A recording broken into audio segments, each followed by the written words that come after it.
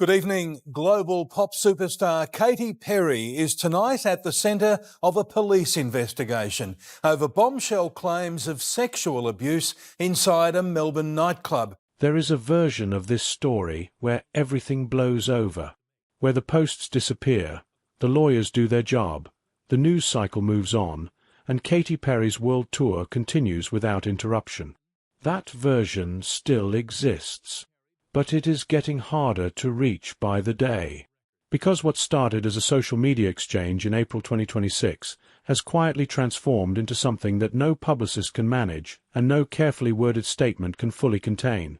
An active criminal investigation on Australian soil, run by one of the most specialised police units in the Southern Hemisphere. And the silence coming from Katy Perry's camp is telling its own story. To understand where things stand right now, you have to go back to the night of Sunday, April 13, 2026. A music publication posted a graphic on Threads featuring a joke Katy Perry had made at Justin Bieber's expense. Bieber had just headlined Coachella for the first time. Perry had taken a light shot at the performance on Instagram, and the internet picked it up. It was the kind of throwaway celebrity moment that lives for 6 hours and then disappears.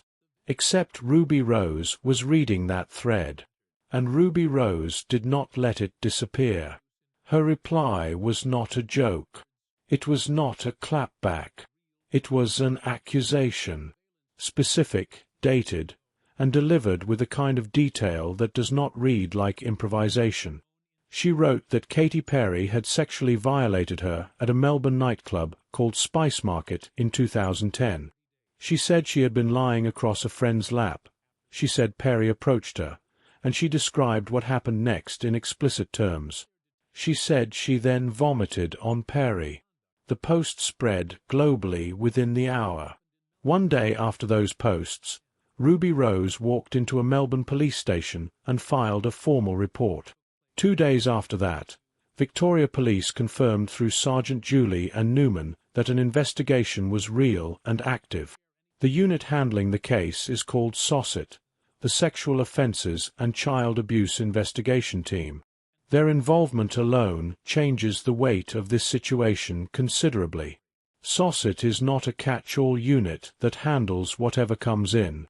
It was purpose-built for exactly these kinds of cases.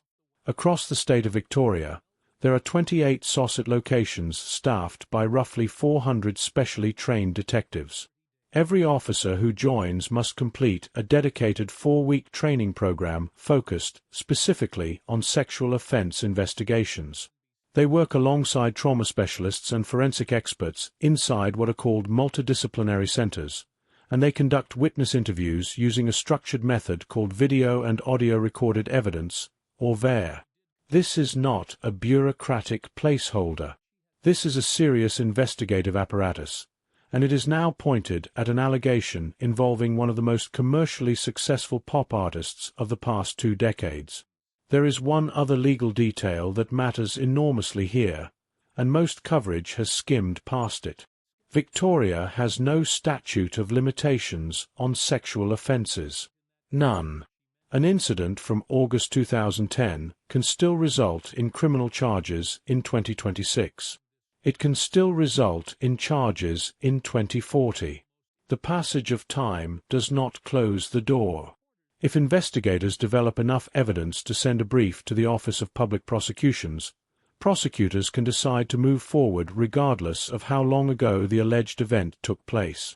That single legal fact is what separates this from a scandal and makes it a genuine legal exposure. Ruby Rose has since said she finalized all her statements with police and would no longer be commenting publicly on the individuals involved. She called it a standard request from investigators. She said it felt like relief. That kind of silence, structured, informed, and coordinated with law enforcement, is different from someone going quiet out of fear or embarrassment. It signals that the formal process is underway. The machinery, as she put it, is now moving. Now look at the venue at the center of all of this. Spice Market was a nightclub that opened in 2009 in Melbourne's CBD, tucked into the basement of a building on Beanie Lane next to the Grand Hyatt on Collins Street. It held roughly 600 people, had a design styled after a Moroccan courtyard, and featured a VIP section called the Genie Bottle. That is where Katy Perry reportedly spent most of that August 2010 night, arriving after she had famously crashed a Year 12 high school formal at the Grand Hyatt earlier in the evening, footage of which still circulates online today. According to the club's former manager, Perry and Ruby Rose arrived together, along with Perry's hair and makeup person and a male friend of Rose's. He described the night as a security challenge given the crowd size and Perry's habit of going out to the main floor to dance. He said staff eventually organized a private car and escorted both women out through a fire exit to avoid photographers capturing them in a visibly intoxicated state. He said he was not aware of any alleged misconduct. That is a very specific kind of non-denial. It leaves room precisely because unawareness and absence are not the same thing. Here is where the investigation gets structurally difficult. Spice Market closed permanently on January 1, 2026, 3 months before Ruby Rose posted anything publicly. By the time police opened their investigation, the venue was gone. Ownership had dissolved. Staff records were scattered, and any security footage from 2010 would have been wiped within 30 days of being recorded, which is standard nightclub practice in Australia. The physical record of that night no longer exists in any recoverable form. In 2011, Ruby Rose wrote a column for a major Australian news website in which she described that same night at Spice Market. In that column, she wrote about breaking her sobriety, drinking too much, and vomiting on Katy Perry's foot. She framed it as a cautionary tale. She called it funny. She said she had spectacularly lost both her dignity and her keys. There was no mention of misconduct in that piece, not even obliquely. When that column resurfaced alongside her thread's posts, it became the central complication in the public conversation about her credibility. Ruby Rose addressed it directly. She said she had reframed what happened as a humorous drunk story because she did not know how else to process it at the time. She said Perry later helped her secure her United States visa. She said that assistance created a power imbalance that kept her silent. That explanation is consistent with what researchers have documented extensively in survivor disclosure studies. People who are assaulted by someone with power over their professional future often remain silent for many years, and sometimes reframe the experience entirely as a psychological coping mechanism. But the column is still going to be a significant obstacle if this case progresses legally, because in defamation proceedings, which remain a real possibility under Australian law, a contemporaneous written account that directly contradicts the current narrative is powerful material for the opposing legal team. Katy Perry's representatives have already demonstrated they are building language with a courtroom in mind. Their response to Ruby Rose's allegations described them as not only categorically false but also dangerous and reckless lies, and noted what they called a well-documented history of public accusations by Rose against multiple individuals. Every word in that statement is doing a specific legal job. The word categorically eliminates any partial truth defense. The word reckless addresses the accuser's mental state. The documented history framing attempts to establish a pattern. This is not the language of a publicist managing a news cycle. This is the language of a legal team preparing a position. Under Australian defamation law, the burden of proof is reversed compared to the United States. An American public figure suing for defamation must prove the accuser acted with actual malice, which is an extraordinarily high bar that most celebrities cannot clear. In Australia, the person making the statement has to prove it was true. That reversal has made Australia a preferred jurisdiction for public figures pursuing defamation cases. It has been used successfully by Geoffrey Rush, Rebel Wilson, and others. If Katy Perry's team files a defamation claim in Australia, Ruby Rose would have to demonstrate the truth of her allegations in court. That is a much harder task, particularly given the absence of video evidence and the existence of the 2011 column.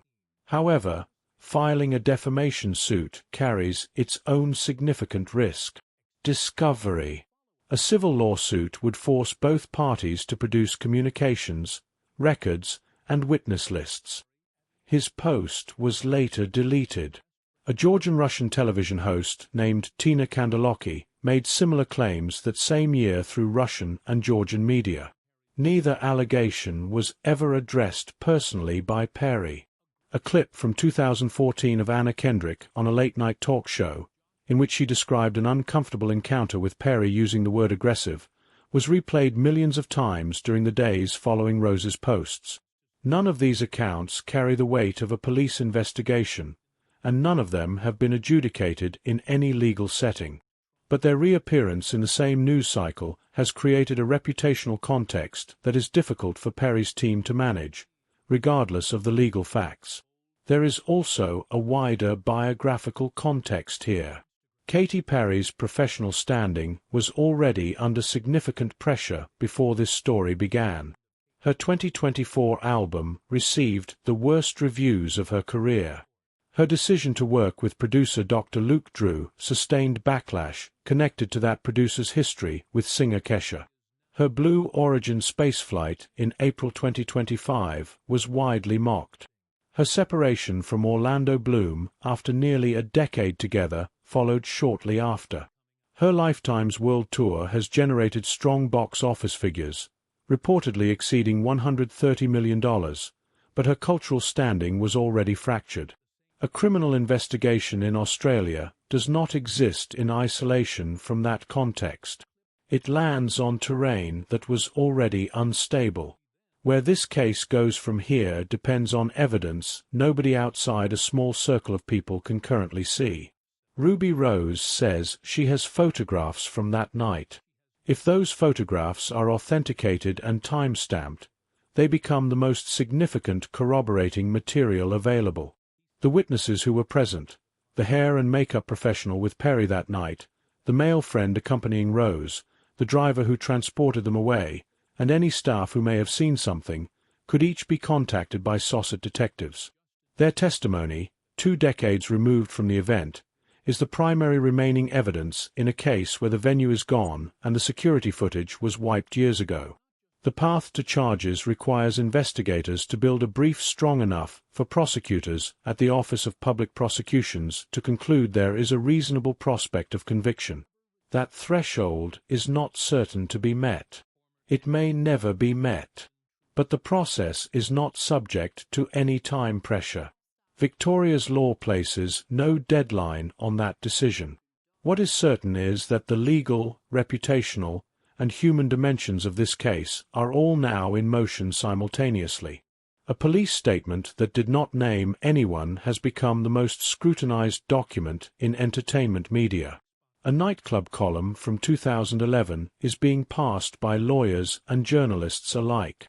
A pop star who rarely speaks publicly through anything other than representatives has so far communicated through one Instagram story featuring lyrics about truth setting you free.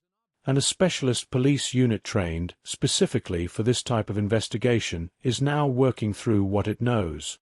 The next significant development, whatever form it takes, will come from one of the key people now holding information the public cannot access. Until then, the silence on all sides continues to carry its own particular weight. And silence, as anyone watching this case closely will tell you, is not the same as nothing.